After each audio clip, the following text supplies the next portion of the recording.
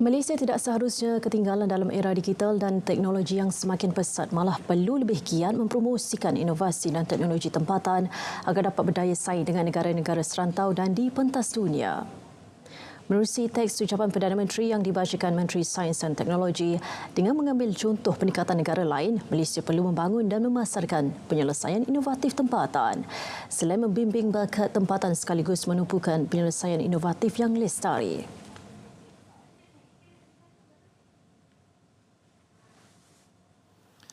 Malaysia menduduki tangga ke-36 daripada 132 negara dalam Indeks Inovasi Global (GII) pada tahun 2022.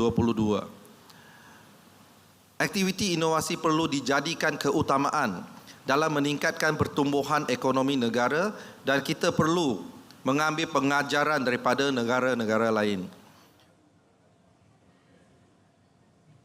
Cyberjaya yang pembangunannya dipacu menerusi Pelan Induk Cyberjaya mampu menjadi lokasi pilihan pelaburan teknologi melalui penyertaan syarikat teknologi tempatan dan juga antarabangsa. Pelan Induk Cyberjaya yang dilancarkan pada 2019 sebagai strategi untuk Cyberjaya membangun selari dengan perkembangan teknologi dan inovasi, memberi tumpuan kepada 3 tunggak utama iaitu mobiliti pintar, penjagaan kesihatan pintar dan digital kreatif. Dalam ucapan pada Majlis Penutup InnoX 2023 yang dibacakan Menteri Sains, Teknologi dan Inovasi, Zhang Lihkang, Perdana Menteri menyenaraikan syarikat-syarikat terkemuka yang telah memilih Cyberjaya sebagai lokasi untuk bertapak. Antaranya syarikat multinasional tempatan seperti Aerodan Technologies, iaitu syarikat penyelesaian drone nombor 1 dunia yang memberikan penyelesaian otomasi di bidang pertanian dan penyeliaan. Selain itu, syarikat dari Amerika Syarikat, Hematogenics telah memilih Cyberjaya untuk menubuhkan pusat makmal onkologi bagi seluruh Asia Pasifik. Terbaharu, Cyberjaya telah dipilih sebagai ibu pejabat serantau untuk Tesla dan menurut perunding hartanah global Knight Frank, Cyberjaya adalah destinasi terkemuka di Asia Tenggara untuk pelaburan pusat data global. Cyberjaya kini mempunyai lebih 146,000 penduduk dengan kira-kira 40,000 daripadanya bekerja di lebih 400 syarikat berstatus Malaysia Digital.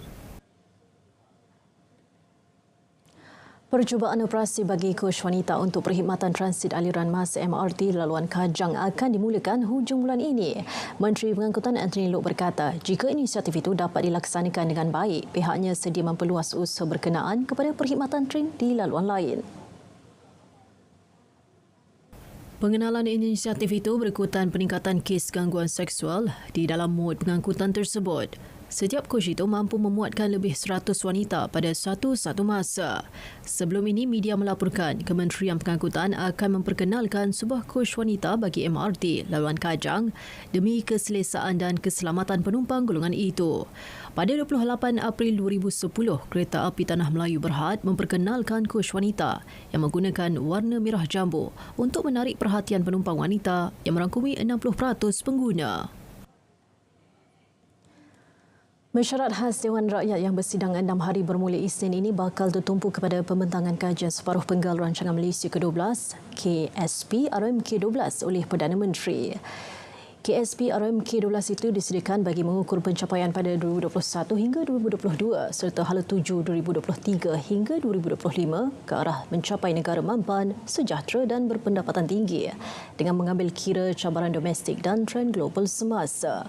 Pada 19 Jun lepas, mesyuarat khas Perdana Menteri bersama Ahli Jemaah Menteri dan Ketua-Ketua Setiausaha Kementerian mengenai KSP RMK-12 bertuju supaya semua pihak bergerak sebagai satu pasukan ke arah mempercepatkan pelaksanaan reformasi dan inisiatif ekonomi yang dirancang.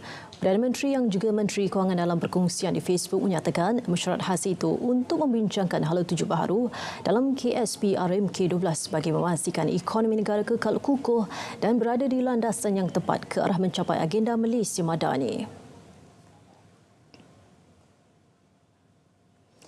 Selain mengerat silaturahim, pertandingan badminton tertutup RTM 2023 dianjurkan bagi mencari pemenang untuk mewakili jabatan itu ke kejohanan lebih tinggi.